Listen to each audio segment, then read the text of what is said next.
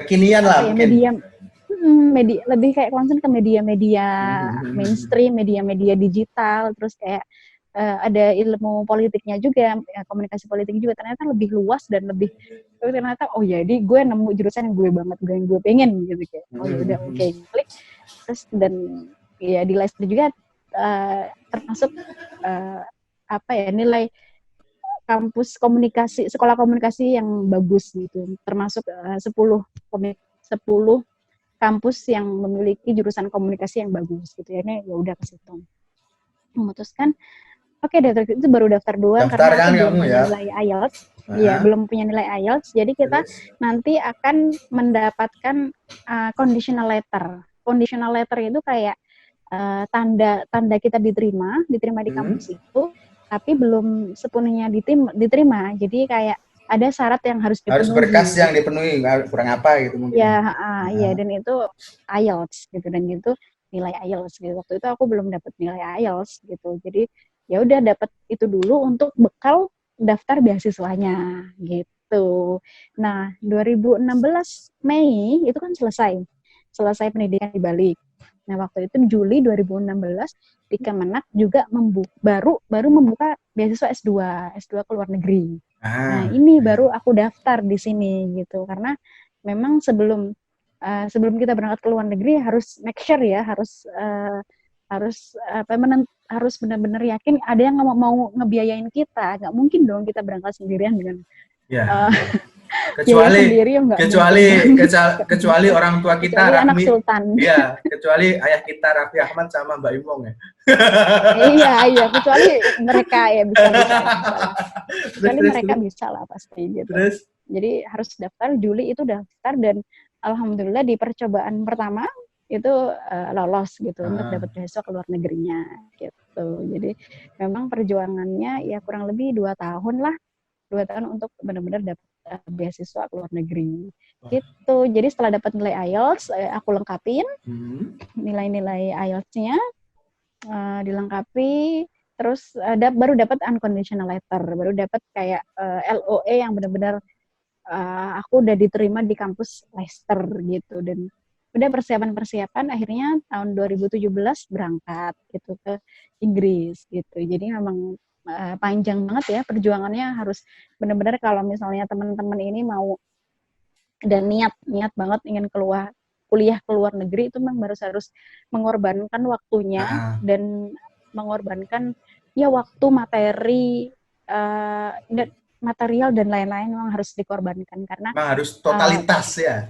Harus totalitas, nggak boleh setengah-setengah gitu. Banyak banget yang nge-DM aku tuh kayak, Kak pengen kuliah ke luar negeri dong, pengen gini-gini. Jangan pengen aja, kalau pengen aja ya lu nggak bakal dapat. Pengen itu juga harus diperjuangin gitu. Jadi dengerin sahabat Lewan. Karena aku ngerasa kayak ya, karena aku rasa perjuanganku panjang banget untuk bisa akhirnya kuliah ke luar negeri gitu. Karena gue orang yang biasa-biasa aja, gue bukan dari turunan sultan, orang-orang yang ya memang sekolahnya di international school yang cas-cus bahasa Inggrisnya dari orok, dari lahir lah gitu. Jadi mah harus diperjuangkan, bisa bahasa Inggris itu harus diperjuangkan gitu. Harus make sure, harus mengorbankan waktu, mengorbankan masa-masa jalan-jalan, masa-masa nongkrong, masa-masa itu harus dikorbankan untuk betul-betul buat belajar, tidak hanya belajar bahasa Inggris ya, tapi juga belajar subjek yang mau kita mau kita pelajari di sana gitu. Soalnya beda banget sistem pendidikan di sini dan di sana gitu, sangat perbedaannya apa itu, Kak gitu. Nurul? Ya perbedaannya kalau di sana itu memang benar-benar ketika aku kuliah di sana itu 1 tahun. 1 tahun? Oh, cuma 1 tahun toh ya? 1 tahun, 2017 sampai 2018. Itu program master ya, program program S2. Program S2 itu hanya 1 tahun gitu. Tapi dalam 1 tahun itu benar-benar harus maraton, harus benar-benar nggak bisa tidur dengan nyenyak, nggak bisa nongkrong sana sini ya, walaupun bisa jalan-jalan tapi pikirannya tetap di perpus, pikirannya di kampus gitu. Jadi kayak di sana itu benar-benar sistem pendidikannya itu sangat tersistematis, dan apa ya, terdigital gitu, semuanya seluruhnya serba digital gitu. Jadi ketika di sana itu apa ya, kita punya modul itu kayak pelajaran mata kuliah. Dan mata kuliah di sana itu 1 tahun dibagi jadi 3 term. Per 1 term itu 3 bulan. Per 1 term 3 bulan. Jadi aku Term masuk itu kayak September. di Indonesia mungkin semester gitu ya? Iya, semester, tapi cuma 3 bulan. Hmm. Cuma 3 bulan. Jadi aku masuk September 2017, September, Oktober, November. Nah, ini waktu term pertama. Nah, term pertama ini sudah harus belajar mata kuliah yang dipelajari, dan itu sistem belajarnya itu beda. Jadi sistem belajarnya itu benar-benar banyak aktif learning gitu. Jadi ada satu mata kuliah di masing-masing mata kuliah itu sistem kuliahannya 1 jam pertama itu lecture. Lecture itu ya kita mendengarkan dosen berbicara, kita mendengarkan pemaparan dari dosen gini, ini 1 jam pertama. Nah 1 jam berikutnya, bukan 1 jam, 2 jam berikutnya 2 jam berikutnya itu kita seminar kelas. Nah seminar kelas ini kelas yang kecil gitu, Minor kelas itu yang kayak presentasi mungkin ya? Apa bisa beda? jadi juga sih, bisa jadi sih. Tapi kita kayak dibagi kelas-kelas kecil, dan di masing-masing kelas itu ada 10 orang. 10 Ya. orang, dan itu ada satu dosen pengampu lah, satu dosen yang biasanya membawa isu soal subjek yang kita pelajari tadi di lecture. Ya. Terus dibagi, kita semua tuh harus bertanya, diskusi, dan mencari solusi kayak gitu setiap hari kayak gitu. Jadi harus ngomong, betul-betul ngomong. Jadi kalau nggak ngomong itu kelihatan banget karena cuma 10 orang coy. Kayak kelihatan banget kalau nggak ngomong 2 jam, 2 jam lecture, 2 jam seminar gitu, kayak harus semuanya tuh harus ngomong. Jadi di situ kayak pertama-tama memang aku kayak gagap banget dan Dituntut sedih. aktif berarti ya di sana ya, kan itu Iya, ya. dan Harus benar-benar bukan aktif. pakai Ya. bahasa Indonesia, mohon maaf, pakai bahasa Inggris, mohon maaf.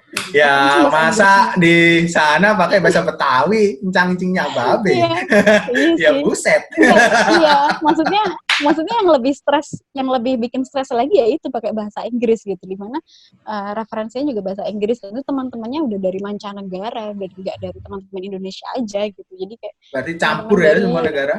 iya, benar-benar campur, dan kita tuh kayak membawa representasi negara gitu. Jadi kalau misalnya Asik. Ya, ya, ya, ya. lu nggak aktif, nggak ngomong, nggak beri saran, beri solusi, itu kayak orang Indonesia nih kayak Ya, orang ya, Indonesia ya, nih ya, ya. nggak banget ya gitu. Jadi Berarti kayak kuliah di sana mental kayak banget, bawa gitu. nama besar Indonesia ini gitu ya. Bawa pride, bawa nama bahasa Indonesia juga gitu. Jadi kita benar-benar harus lulus, dan harus harus memberikan performance yang bagus gitu. Jadi kayak sumpah itu kayak aku 1 tahun itu benar-benar masa-masa yang paling, setiap hari deg-degan lah, setiap hari pasti deg-degan, dan itu berlaku di seluruh mata kuliah. Jadi seluruh mata kuliah itu ada kelasnya pasti lecture seminar gitu. Jadi setiap ada mata kuliah itu pasti kita semuanya dituntut untuk ngomong gitu.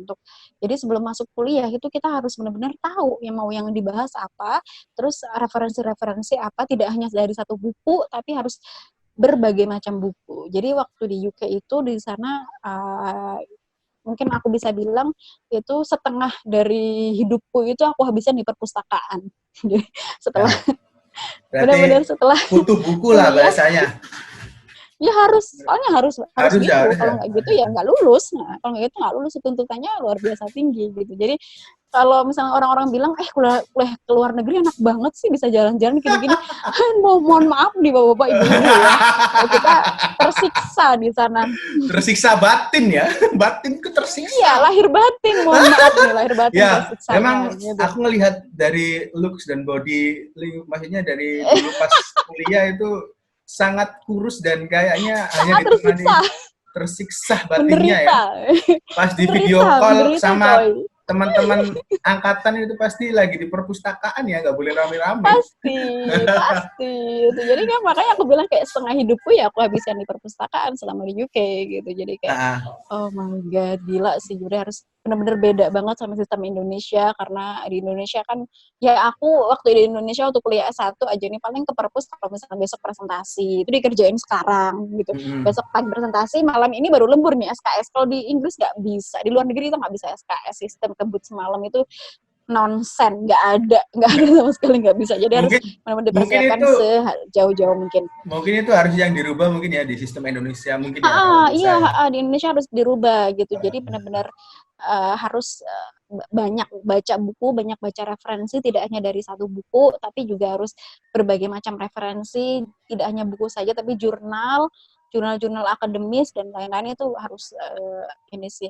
Tapi kalau misalnya kita aplikasi di Indonesia ya tidak semua orang mampu gitu lah, mampu berpikir kritis dan mampu apa ya, beradaptasi dengan sistem pendidikan seperti itu. Jadi memang harus di sedikit demi sedikit lah, at least kita kenalkan ke anak-anak TK atau anak-anak SD lah, kita kenalkan untuk bisa aktif learning gitu. Jadi selama ini kan di sekolah TK maupun di SD, SMP, bahkan SMA kita hanya dituntut untuk mendengarkan guru gitu. Oh iya gini, oh berarti kalau guru ngomong ini berarti benar harus gini gini gini. Enggak gitu. Harusnya memang kita di push, di apa ya, didorong untuk menanyakan pertanyaan, untuk menanyakan, oh, Pak Guru, Bu Guru, kalau kayak gini gimana? Kalau kayak gini gimana? Gitu harus dan itu harus dari kecil ya, harus dari SD atau dari TK itu harus dibudayakan untuk bertanya. Karena kita orang Indonesia ini memang malu bertanya sih, malu Oh, iya. malu bertanya dan nggak suka dikritik gitu. Jadi Ya. jadi emang Malu. budaya-budaya kayak itu emang harus di ini. Yang paling penting itu malu bertanya sih gitu. Karena emang nggak diajarkan dari kecil gitu. Aku dari kecil cuma diajarkan ya udah guru ngajar, ya udah kamu dengerin, kayak udah dengerin aja, dan nggak dikasih support buat nanya balik gitu loh. Jadi ada komunikasi dua arah. Komunikasi cuma satu arah gitu. Komunikasi antara guru ke murid. Murid ke guru nggak bisa gitu, dan tidak uh, tidak diadakan gitu. Jadi itu yang mungkin harus diperbaiki sih. Dari sedini mungkin anak-anak harus diajarkan untuk berkomunikasi secara dua arah gitu. Jadi karena di Indonesia yang sangat menanamkan nilai-nilai demokrasi ya. Demokrasi itu musyawarah ya. Jadi harusnya sih bisa ditanamkan dari kecil gitu. Jadi kita semuanya punya nilai-nilai musyawarah untuk mufakat. Nah ini nilai-nilai Islam juga ini musyawarah untuk mufakat ini. Jadi memang harusnya diterapkan di negara Indonesia gitu. Malah yang diterapkan di negara-negara Barat gitu. Jadi Iya. ya mungkin untuk siapapun yang melihat YouTube ini juga harus dibudayakan untuk bertanya, budayakan untuk musyawarah, dan budayakan untuk berkomunikasi dua arah gitu sedini mungkin gitu. Karena anak-anak Indonesia ini uh, ke takut sih, kebanyakan takut sih, apalagi anak yang dari daerah, anak yang dari Ya, desa gitu. karena kan Ya kayak gue mungkin dulu lah karena kuliah ini ya kita kan tahu dibully kayak sendiri ya, gitu. mungkin karena udah dari dulu budayanya kita sistemnya seperti itu, jadi kita Jadi kan emang harus mengikuti dirubah. sistem keturunan gitu loh. Maksudnya sistem yang emang Ya, turun itu harus menurun dirubah. emang sistemnya seperti itu, belum ada yang berani untuk merubah dan apa namanya, Betul. karena mereka takut kalau merubah nanti malah dimusuhin, mungkin gitu ya salah satu Ya, ketakutan iya anak-anak yang benar. orang-orang yang punya pemikiran seperti itu, kayaknya seperti itu. Bisa jadi. Berubah, nanti gue takutnya malah aku nggak ditemenin atau nggak di ini, nggak di sini gitu. Iya bisa Yang saya jadi. tangkap Benar, seperti benar. itu loh. Iya sih benar. Jadi harus dari kecil sih, dan hari ini anak-anak muda Indonesia ini banyak banget dan apalagi di Indonesia ini akan menuju 2045, menuju bonus demografi. Bonus demografi ini jumlah penduduk yang produktif. Artinya produktif anak-anak muda ya, dari usia let's say 19 sampai 35 atau 19, ya antara usia-usia kayak gitu di tahun 2030 ini mereka akan memiliki gelombang yang sangat luar biasa. Jadi sedari dini hari ini anak muda harus bisa berpikir kreatif, kemudian juga harus bisa berpikir kritis ya, dan selalu menanyakan apa yang terjadi, ada apa gitu. Jadi kalau bertanya kayak gitu kan kita jadi terbiasa untuk berpikir kritis gitu. Siap. Mantap sekali tadi Okay. penyampaian dari Kak Nurul dari awal mula beliau sekolah di SD atau MI Madrasah Ibtidaiyah, terus ke SMP yang tadi di ibu kota ya. Habis itu beliau dari ibu kota bisa ke daerah, maksudnya ke pesantren yang posisinya mungkin masih di luar kota yang besar yang sebelumnya beliau naungi ya, yang kayak di Bekasi dulu ya SMP-nya. Habis itu ke pondok pesantren, maksudnya dari SMP ke pondok pesantren ini kan sebuah menurutku perubahan yang sangat drastis lah untuk menyesuaikan pelajaran atau teman, habis itu lingkungan, budaya, semuanya itu pasti sangat beda jauh. Habis itu ternyata Kak Nurul ini mempunyai sebuah semangat ya di pondok ini. Saya pernah dengar dari cita-cita dari kawan-kawan beliau ini emang rajin beribadah ya kalau di pondok dulu. Terus sobo masjid, iya ada yang ngomong seperti itu. Oh iya. Ya. Jadi mungkin karena nggak mau riak loh. Iya. Nggak mau riak loh. Iya, enggak. Mungkin karena wiridan di pondoknya dulu, sekarang efeknya pas dewasa ini ya. Itu kata-kata. Bisa. Mungkin ya, karena mungkin amalia di pondok walaupun cuma 3 tahun tapi bisa benar-benar khusyuk untuk benar-benar. Aku tolabul ilmi lah. Tolabul ilmi sampai Leicester lah, orang sampai Cino. Kan kata-kata mutiara biasanya kan bisa. Carilah ilmu sampai negeri Cina. Kalau Mbak Nurul carilah ilmu sampai Inggris. Mau tanding bola, Bu. Oh ya, tadi sistem belum selesai ya soal pendidikan di sana ya. Ya, terus gimana itu? Jadi waktu tadi term pertama ya, term kedua itu di bulan Desember, di bulan Januari sampai Maret. Nah, di term kedua ini kita harus harus menentukan judul tesis, tesis. Kalau di sana kita bilang disertasi. Tesis harus dipenuhi dan ini semester berapa ini? Semester 2. Semester 2, oh ya. Term kedua harus ada judul tesis, bahkan harus ada proposal tesis gitu, dan sudah punya dosen pembimbing gitu. Jadi udah bimbingan terus di samping itu juga kuliah, di samping itu juga masih ngerjain tugas-tugas. Nah, kalau di sana ujian UAS ya. UASnya kalau di sana itu ujian akhir semesternya itu esai, pakai esai. Nah, esai ini yang bikin stres lagi nih. Apa? Jadi ini aku gambarin yang bikin stres dulu biar teman-teman bisa, kalau misalnya pengen di sana harus benar-benar mikir, harus benar-benar dipersiapkan. Jadi kalau di sana itu ujian akhir semesternya itu esai. Nah, esai itu nulis gitu loh, nulis soal ya, misalnya kita dikasih judul, dikasih pilihan tema, kita harus nulis tema itu, dan itu harus 5.000 kata. 5.000 kata itu kayak 10 sampai 12 lembar lah gitu. 5.000 kata gitu, dan tidak boleh lebih dari itu dan tidak boleh kurang dari itu. Kalau kurang nilainya berkurang, kalau lebih nilainya berkurang gitu. Jadi harus benar-benar pas ya, nggak boleh harus berpikir substansi gue 5.000 ini harus cukup antara introduction, body sama conclusion gitu, harus nggak boleh kurang, nggak boleh lebih gitu. Dan di sana itu referensinya harus pakai buku dan jurnal gitu, dan harus banyak referensinya. Satu esai itu bisa jadi 10 sampai 15 buku atau jurnal gitu. Dan itu di sistem masuk submit tugasnya, di submit secara online kan ya. Di submit tugasnya itu harus pakai Turnitin. Nah, Turnitin ini apa gitu kan, baru tadi Indonesia mungkin belum. Turnitin itu apaan? Kampus-kampus yang buat Turnitin. Nah, Turnitin itu website aplikasi buat submit, buat ngumpulin tugas-tugas secara digital, secara online. Jadi ketika kita submit itu plagiarism atau copy paste ya, yang mana sekarang copy paste itu terlihat sekali. Terdeteksi.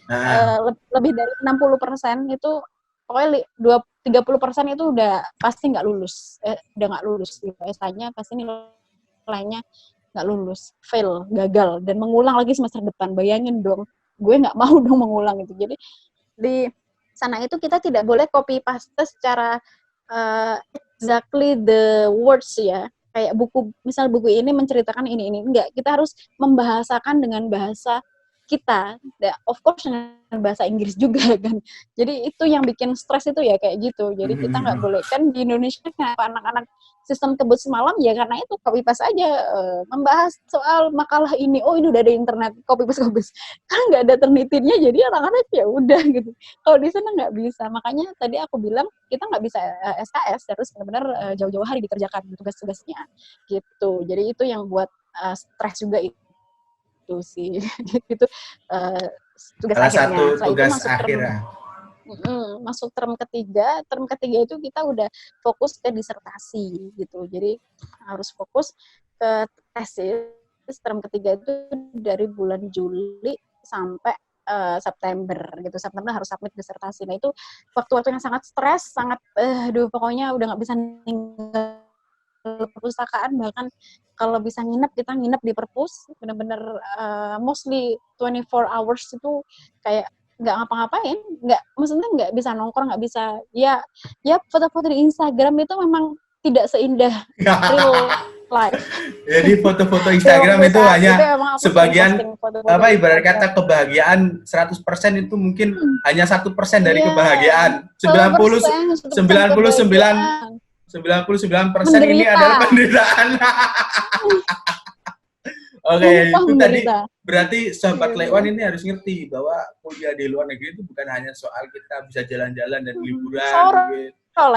Cuma di sana apa tanggung jawab untuk kita bisa menyelesaikan studi, mungkin terus tanggung jawab untuk kita bisa menguasai materi, karena sangat berbeda dengan kultur pembelajaran di Indonesia itu tadi ya. Jadi benar-benar harus banget bener memeras otak, dan kita harus banyak referensi, membaca betul, buku dan juga jurnal-jurnal yang ada di sana yang kita tekuni tadi ya.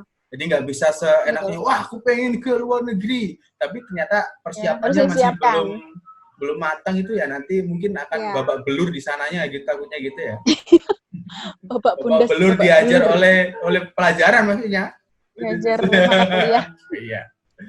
Gitu. Dan terus dan tadi sampai term 3, terus habis itu udah 4 sampai 4 enggak? Sama term 3 udah kita udah kayak ya udah selesai disertasi, dan ya memang ngerjainnya juga dengan berdarah-darah, dan nggak pernah tidur. Ya aku tuh selalu tidurnya itu setelah subuh gitu.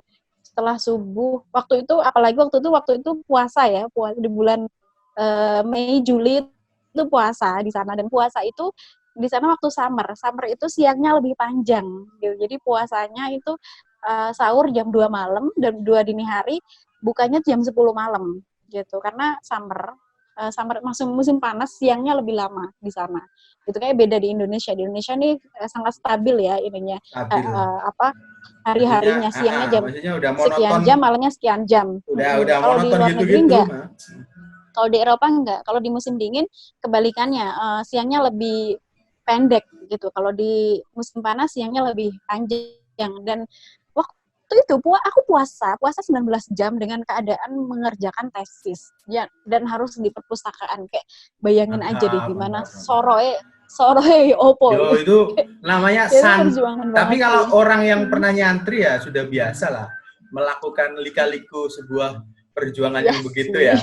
Aku sudah yakin kalau pondok pesantren ini, apalagi Mbak Nurul ini ibarat kan udah tahan banting lah gitu loh. Iya, akhirnya yang kayak gitu itu yang membentuk saat ini gitu. Jadi memang banyak hal-hal yang memang kita rasa menderita gitu, akhirnya bisa membentuk terbentur gitu. Habis itu setelah tadi kan udah sampai berdarah-darah mengerjakan selesai September selesai, submit, dan alhamdulillah keluar hasilnya, dan ya alhamdulillah lulusan terbaik. Lulusan terbaik. Oh, disertasi. Apa judulnya? Bahasa judulnya terbaik. Apa judul disertasinya itu, tentang apa? soal digital literasi digital. Literasi digital. The combating of hoax news in Indonesia. Jadi memerangi berita-berita hoax di Indonesia waktu itu. Waktu itu lagi panasnya ya, mungkin lagi naiknya juga. Panas-panasnya gitu waktu 2018. Sesuai dengan reality lah berarti. Iya, waktu 2018 terus alhamdulillah diapresiasi dosen di sana, terus ya udah akhirnya itu nilaiku tertinggi di kampus, bukan di kampus, di sekolah, di fakultas. Oh, di fakultas. Kayak di S1-nya dong. Jurusan terbaik, tercepat. Enggak sih. Ya tercepat aja sih, tapi nilainya nggak bagus sih. Nilainya nggak begitu bagus. Sekarang terbaik di Leicester yang satu fakultas. Iya, alhamdulillah. Iya, disertasi terbaik. Alhamdulillah. Terus itu Mbak Nurul kan, saya pernah lihat itu foto profil juga kan, yang ada di PBB itu diundang pas acara apa itu? Oh iya. Itu gimana itu? Tahun lalu. Itu tahun 2019. 2019 bulan April. Ya, jadi setelah pulang ke Indonesia, jadi aku pulang ke Indonesia itu Oktober 2018. Dan kebetulan ada kontestasi Kongres IPPNU dan entah kenapa akhirnya gue terpilih menjadi ketum gitu. Dan ditakdirkan untuk terpilih menjadi ketum. Jadi ketum IPPNU. Ya alhamdulillah buat belajar juga sih, buat pembelajaran diri juga agar bisa menjadi individu yang lebih kuat lagi gitu. Jadi setelah terpilih jadi ketua umum IPPNU, akhirnya ya aku apply atas nama organisasi ya, karena sudah membawahi organisasi. Saat itu apply di Kemenpora, ada program Ekosok itu kayak perkumpulan pemuda-pemuda seluruh, iya, perkumpulan jadi maksudnya kayak perkumpulan pemuda seluruh dunia gitu, di perkumpulan pemuda seluruh dunia di kantor PBB. Dan itu membahas soal SDGs, Sustainable Development Goals. Jadi kayak bahas kontribusi anak muda untuk dunia gitu. Jadi waktu itu kan baru pulang dari Inggris ya, jadi bahasa Inggrisnya saya cas-cisus menurut saya ngeces bahasa ini coy. Saya lancar banget nih loh, saya ngeces menurut. Terus bertanya waktu itu pas di sana di PBB. Presentasi. Iya pastilah, kita bicara lah. Apa waktu itu yang masih ingat nggak? Waktu itu kan. Apa itu waktu yang dipresentasikan, masih ingat nggak? Pas di PBB. Soal SDGs nomor 16. SDGs itu ada 17. Nanti bisa di googling ya. Panjang lagi penjelasannya. SDGs, Sustainable Development Goals, itu ada tujuan-tujuan untuk kontribusi ke dunia, itu ada 17 poin, dan saya membicarakan poin 16. 16 itu soal toleransi perdamaian. Jadi aku ceritain aja soal NU, bagaimana toleransinya di Indonesia, toleransinya seperti apa, dan itu sangat diapresiasi gitu, alhamdulillah. Gitu di New York, di USA gitu. Mantap sekali Sobat Lekwan, tadi sebuah prestasi yang mungkin yang sangat yang pernah dicita-citakan, tapi malah terwujudnya itu lebih dari yang dicita-citakan tadi kan? Iya kan? Berarti Tuhan itu yang penting, kata Kanul tadi kan, harus berani berusaha dan totalitas gitu ya. Iya, totalitas gitu. Kalau aku punya moto loh. Apa itu motonya? Moto apa ya? Foto jadi, ini kan maksudnya kamera itu. Apa ya? Salah, moto. Oh, bukan foto. Oh iya, moto. Apa motonya? Motonya itu kayak work hard, pray harder. Jadi apa itu? Gimana ya? Work itu ya bekerja keras, tapi doanya harus lebih keras lagi. Kalau misalnya kita bekerjanya 100%, doanya itu harus 101% gitu. Jadi kayak ya yang terakhir ya kita serahkan pada Allah, karena kita udah usaha totalitas, udah usaha 100%, at the end itu semuanya yang menentukan adalah Allah gitu. Adalah ya Allah menentukan semuanya, jadi kita harus berdoa, harus meminta gitu. Di samping usaha yang keras, doanya juga harus lebih keras lagi gitu. Itu aku aplikasikan di seluruh di kehidupan aku sehari-hari sih. Jadi memang worth it banget. Memang harus hablum minallah dan hablum minas, dan hablum minallahnya ini harus lebih tinggi lagi hablum minallahnya gitu. Jadi ya tadi ibadahnya harus. Berarti sahabat-sahabat dan sobat-sobat Lekwan ini harus belajar banyak tentang Mbak Nurul. Dan kapan ini Mbak Nurul bikin buku nih? Katanya mau bikin buku nih. Oh iya, kapan ya? Kapan ini? Nanti. Nantilah. Ini lagi ya nggak tahu lah. Nantilah. Nah, harus ada buku yang dikeluarkan ini. Ditunggu bukunya ya. Siap. Iya pasti. Oke, terima kasih Mbak Nurul. Untuk teman-teman yang udah lolos kuliah di luar negeri misalnya ya. Ada pesan apa ini? Kadang ada suatu saat kita merasa bosan belajar itu wajar banget. Jadi memang harus menemukan waktu-waktu untuk kita sendiri untuk bisa membahagiakan diri sendiri gitu. Misalnya kalau aku dulu itu ada waktu seminggu sekali, kan libur tuh Sabtu Minggu ya. Jadi Sabtu Minggu tuh aku keluar sih. Aku kadang jalan-jalan sekitar Leicester, kota Leicester, atau jalan-jalan ke tetangga kota Leicester gitu aja sih. Kayak stress release lah, kayak biar balik lagi lah pikirannya gitu. Jadi atau enggak ngafe, atau enggak ya cari refreshing gitu ya lah, jalan pokoknya refreshing lah, biar enggak sepaneng gitu. Jadi ya memang keadaannya memang seperti itu, lingkungannya sangat sangat tough, sangat ya berbeda sekali dengan Indonesia gitu. Tapi kita harus bisa menemukan privilege buat kita sendiri agar tetap waras dan tetap bisa on track gitu sih. Makanya di Instagramku kan sering ya banyak lah kota-kota di nanti Instagramnya Kak Nurul tak taruh di bawah. Ada channel YouTube juga? Aku belum bikin YouTube. Ya, ditunggu YouTube-nya. Pokoknya nanti medsos ada Facebook dan Instagram saya taruh di link bawah deskripsi. Nanti sobat-sobat Lekwan bisa mengikuti karena sebentar lagi Kak Nurul sudah 10K saya followers di Instagramnya. Mantap jiwa. Iya. Ada lagi pesan Kak Nurul mungkin buat sobat-sobat Lekwan supaya apa ya? Udah banyak banget pesannya. Mantap sekali pokoknya pada obrolan kita ngobrol.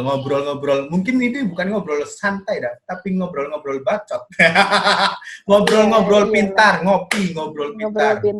Ngobrol pintar. Terima kasih Kak Nurul, terima kasih banyak sudah memberikan waktunya buat sobat-sobat Lekwan dan juga mau mampir di channel saya.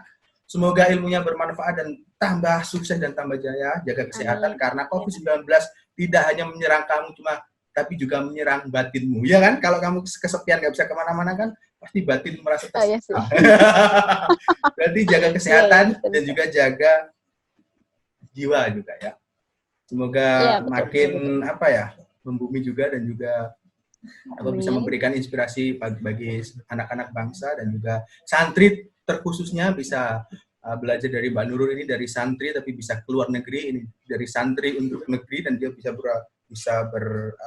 menjabat sebuah ketua IPP juga. Terima kasih, semoga ini bermanfaat dan bisa menjadi amalia Mbak Nurul nanti jika ada orang yang nonton, dan juga bermanfaat untuk teman-teman yang mau ke luar negeri. Terima kasih, cukup sekian.